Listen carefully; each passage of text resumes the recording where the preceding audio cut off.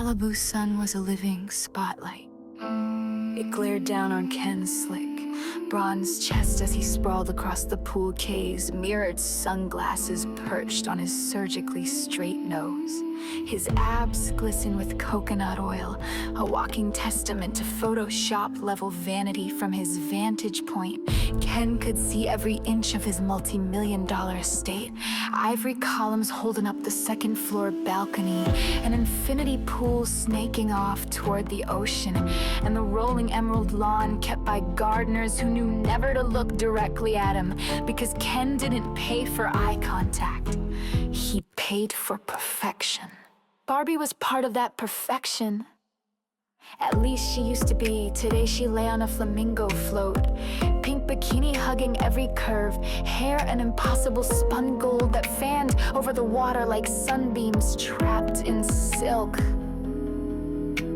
A glass of rosé dangled from her manicured fingers. She laughed when he called her name, flashing those flawless teeth. God, he loved owning her. Barbie, Ken drawled, running a hand down his abs, as if to ensure they hadn't suddenly disappeared. I've been thinking about us. Barbie propped herself up on her elbows. Her sunglasses hid her eyes, but her glossy lips parted into a knowing smile. Thinking? Careful, Kenny. Wouldn't want you to sprain something. He ignored the jab. Ken was always sure any woman's sarcasm was just a prelude to submission. I think we should get married, he continued, voice dripping with casual arrogance. But obviously with a prenup, I mean. It's Malibu, babe. Gotta protect my assets. Barbie swirled her glass, watching the sunlight catch on the tiny bubbles. She tilted her head. So the Malibu Ken doll wants to marry his Malibu Barbie, but only if she promises to stay in her plastic packaging. Ken's smile twitched, faltering for the barest second. Then he laughed. Don't be dramatic. I'd rather be dramatic than your property, Barbie replied, swinging her legs over the float. Water droplets danced off her tan skin. That night, the patio twinkled with fairy lights. Ken made sure the scene was romantic. He'd ordered rare steak, a vintage burgundy, the works. Nothing said, I control your life, quite like feeding a woman and telling her what papers she needed to sign. When Barbie declined again, this time with a mocking laugh that echoed through his skull, Ken saw red. Literally, almost the world bled crimson at the edges. His perfect Malibu empire tilted on its axis. Barbie didn't see it. She was too busy swirling her wine, so she never saw the shove coming. It was almost beautiful, the way her body arched over the railing, hair fanning behind her like a comet's tail. The way the laughter cut off with a soft thud on the tiles below, the splatter, the stillness Ken exhaled. Then he calmly picked up her glass, downed the last swallow of wine, and dialed his lawyer. Oh, it was just awful. Ken subbed on morning shows. She was tipsy, leaned too far over the balcony. My beautiful Barbie, gone.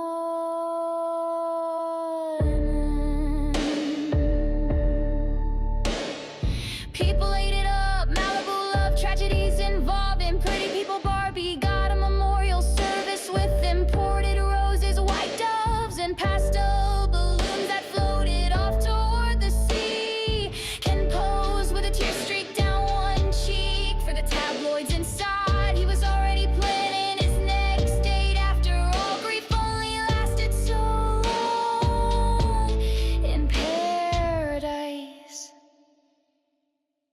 What Ken didn't plan for. The dominoes, lawsuits over unpaid contractors. Sketchy investments exposed his face. Once on billboards, plastered instead on TMZ under headlines like Malibu's golden boy busted in Ponzi scheme. Sponsors evaporated one by one, his cars disappeared. His dream house was auction canned. Packed his Gucci duffels into a beat-up Jeep and slunk off to the last property he owned outright. His mother's crumbling beachfront cottage.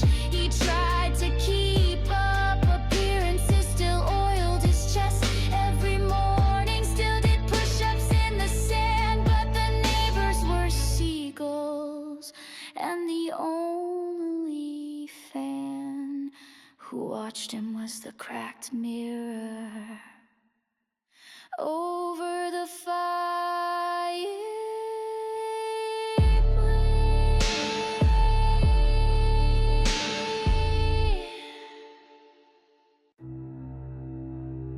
The cottage smelled like mothballs and lavender soap. Ken set up his old Malibu surfboard in the corner, trying to inject some former glory.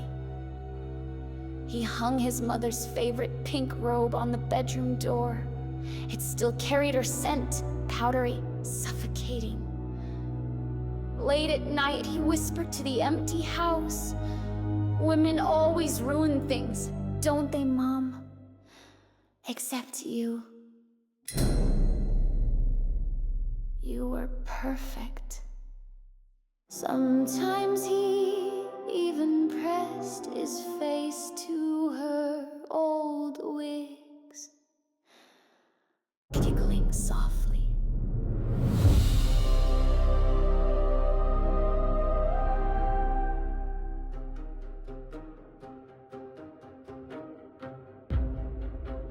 One blistering afternoon, Ken woke to the unmistakable purr of an engine outside.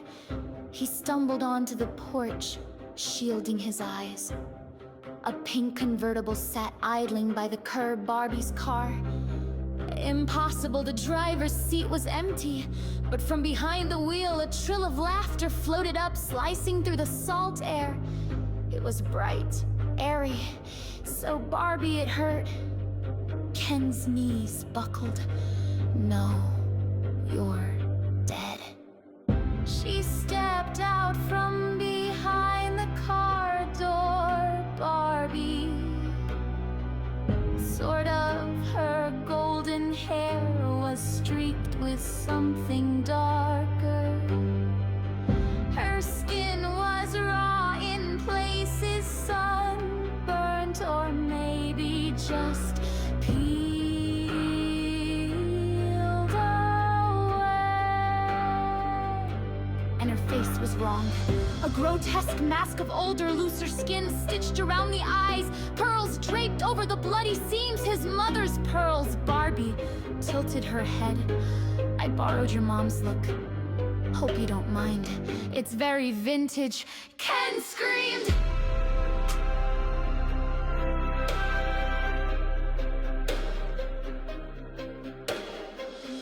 Barbie chased him across the sandy yard in strappy heels slick with gore. She giggled every time he stumbled, twirling so the pearls slapped wetly against her borrowed throat. "You always said you wanted a woman just like your mother!" she sang. Ken ran for the Jeep. Barbie was faster. She threw him against the hood, kissed his ear with lips sticky from blood, then shoved him into the passenger seat. "Where are we going?" Ken shrieked as Barbie floored it, tires spitting gravel. She cackled, steering the pink convertible straight toward the cliff. Malibu glittered around them, the ocean, the sun, the perfect backdrop for ruin. Back to paradise, baby. Malibu always did suit me better. At the last second, she wrenched the wheel. The car flew off the road, smashing through a guardrail, cartwheeling down the rocky slope. Ken's screams mingled with Barbie's peals of laughter. At dawn, joggers found the wreck half buried in the sand. Ken's body was draped over the door, head twisted at an impossible angle, eyes forever wide. No sign of Barbie. Just a single bloody heel bobbing in the surf. Some nights, locals swear they see a woman dancing along the waterline in a pink convertible, blonde hair fluttering, face shifting in the moonlight. Sometimes young men disappear, only to wash up days later with lipstick kisses on their throats. Somewhere in the ruins of the dream house, a new throne stands. Barbie sits atop it, legs crossed, pearls tangled in her fingers. The mask is long discarded. She wears her own face now, radiant, unscarred, radiant in death. She smiles into the void. Ken always thought he could control me.